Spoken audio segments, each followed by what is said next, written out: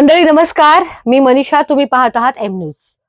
आणि आपण सध्या पाहतोय की सर्वत्र काय चर्चा सुरू आहे. सीजेपी आंदोलन, नंतर वांगचूक आणि अभिजित दुबके. मुद्दा खूप भटकतोय मंडळी, पण मला त्याविषयी बोलायचंच नाहीये. मंडळी, पंतप्रधान नरेंद्र मोदी यांनी पहिल्यांदाच जगातील सर्वात धोकादायक लोकांची मान पकडली आहे. येत्या काही दिवसात पंतप्रधान मोदी एक मोठी घोषणा करणार आहेत, ज्याच्या भीतीनं या धोकादायक लोकांनी भारतीय लोकांचाच वापर करून पंतप्रधान मोदींना आपली ताकद दाखवण्याचा प्रयत्न केलेला आहे. सीजेपीच्या नावाखाली रस्त्यांवर जी अराजकता माजवली गेली, पसरवली गेली, ती पंतप्रधान मोदींना आव्हान देण्यासाठी एक मार्ग होता. जर ही बातमी पाहिल्यानंतर किंवा ऐकल्यानंतर आश्चर्य वाटलं नाही, तर याचा अर्थ तुम्ही शहामृग बनलेला आहात. या व्हिडिओमध्ये मी तुम्हाला सांगणार आहे की सीजेपी आंदोलनाच्या नावाखाली कोणाला वाचवायची तयारी सुरू होती आणि पंतप्रधान मोदींनी कोणाविरुद्ध युद्ध पुकारलं आहे. सर्वात आधी तुम्हाला थक्क करणारी गोष्ट सांगते. भारत सरकारने काही दिवसांपूर्वी कर्नाटकमध्ये तिमोथी इनिशिएटिव्ह नावाच्या अमेरिकन मिशनरी संस्थेवर UAPA कायद्याअंतर्गत गुन्हा दाखल केलेला आहे. तुम्हाला माहितीच आहे की UAPA हा कायदा भारताचा मुख्य दहशत विरोधी कायदा आहे. तिमोथी इनिशिएटिव्ह नावाच्या या अमेरिकन मिशनरी संस्थेनं आपल्यावरील UAPA हटवण्यासाठी कोर्टात धाव घेतली. पण मंडळी, कोर्टानेही त्यांचं ऐकलं नाही. अशा संस्थांना मिळणारी परदेशी फंडिंग भारतात मूलतत्ववादाला म्हणजेच चरमपंथाला चालना देण्यासाठी ऑक्सिजनचं काम करत असते असं सांगितलं जातं.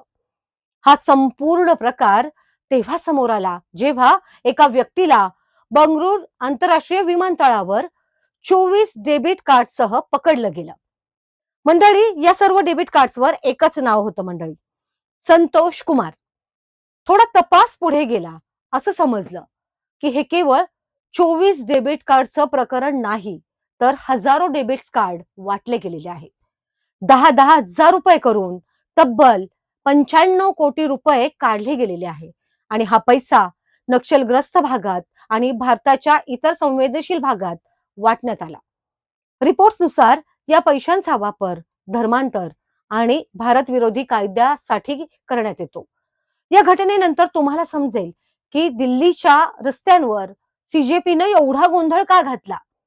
खरं तर तज्ञांच्या मते सीजेपीची लढाई ही नीट पेपर लीकच्या विरोधात नसून FCRA कायदा रोखण्यासाठी आहे. संसदेच्या पावसाळी अधिवेशनामध्ये मोदी सरकार FCRA सुधारणा विधेयक आणत आहे.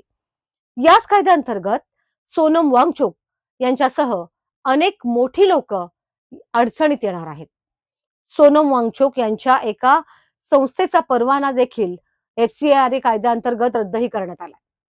मंडळी, पंतप्रधान मोदी सर्वात मोठे स्वच्छता मोहीम राबवणार आहेत, जी धर्मांतर करणाऱ्या मिशनरी संस्थांच्या विरोधात आहे. नक्षलवादी आणि फुटीरतावाद्यांना अर्थसहाय्य म्हणजेच फंडिंग करणाऱ्या NGOच्या विरोधात आहे.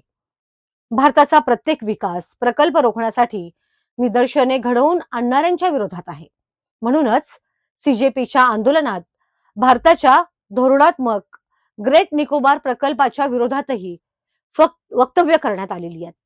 तुम्हाला सांगते मंडळी, या सुधारणेनंतर FCRA म्हणजेच फॉरेन कॉन्ट्रीब्युशन रेग्युलेशन ऍक्ट अंतर्गत महत्वाचे बदल होणार आहेत.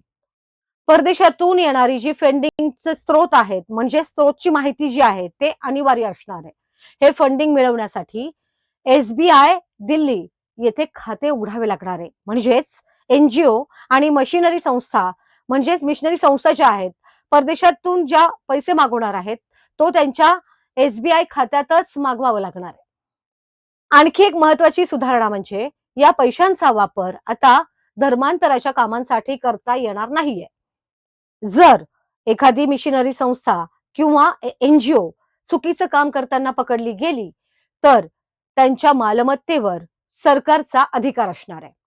हेच कारण आहे मंडळी, पंतप्रधान मोदींच्या विरोधात अमेरिकन डीप स्टेटनं सीजेपीला मैदानात उतरवलं. सीजेपीच्या आंदोलनात जी मोठे लोक येत आहेत ना, जी आली होती, जी बोलली आणि जे काही बोलतात त्यांचे स्वतःचे एनजीओ आहेत किंवा ते मिशनरी संस्थांमध्ये काम करत आहेत. या सर्वांच्या फंडिंगवर आता बंदी येणार आहे. म्हणूनच अमेरिकन डीप स्टेटला ना पंतप्रधान मोदी हवे आहेत, ना एफसीआरए कायदा हवा आहे. याचा इशारा अमेरिकेनं तेव्हाच दिला होता जेव्हा अमेरिकेचे परराष्ट्र मंत्री मार्का रुबिओ थेट कोलकाता येथे पोहोचले होते आणि त्यांनी मदर तेरेसा फाउंडेशनला भेट दिली होती. भारताच्या इतिहासात आजपर्यंत असे कधीच घडले नव्हते मंडळी, की कोणत्याही अमेरिकन परराष्ट्र मंत्र्याने आपल्या भारतात जी दौऱ्याची सुरुवात आहे एखाद्या मिशनरी संस्थेपासून करावी आणि तीही अशा संस्थेपासून ज्याच्यावर धर्मांतराचे आरोप झालेले आहेत. इतिहासात पहिल्यांदाच अमेरिकेचे रिपब्लिकन आणि डेमोक्रेटिक खासदार एकत्र आलेले आहेत आणि भारताचा एफसीआरए कायदा रोखण्याबाबत बोलत आहेत. भारतातील विरोधी पक्षांनाही एफसीआरए कायद्यात सुधारणा नको आहेत मंडळी. म्हणूनच तुम्हाला सर्व विरोधी पक्ष सीजेपी आंदोलनात बसलेले दिसलेले आहेत. मंडळी पाहिलं म्हणजे एखादी गोष्ट जर नाकारायची असेलच तर ती चारही बाजूनी नाकारण्यासाठी सगळेच जण तत्पर होतात. तुम्हाला काय वाटतंय सांगा नक्की, कारण मला माहिती आहे हा व्हिडिओ पाहिल्यानंतर मला भरपूर शिव्या येणार आहेत, माझ्यावर कमेंट्सही होतील, मला बीजेपीची दलालही म्हटली जाईल, मला बीजेपीने किती पैसे पुरवले हेही म्हटलं जाईल किंवा मला चाटोगिरी पत्रकारही म्हटलं जाईल. परंतु मला याचा काहीही फरक पडत नाही. म्हणणाऱ्यांना म्हणून द्या, बोलणाऱ्याचे दात दिसतील.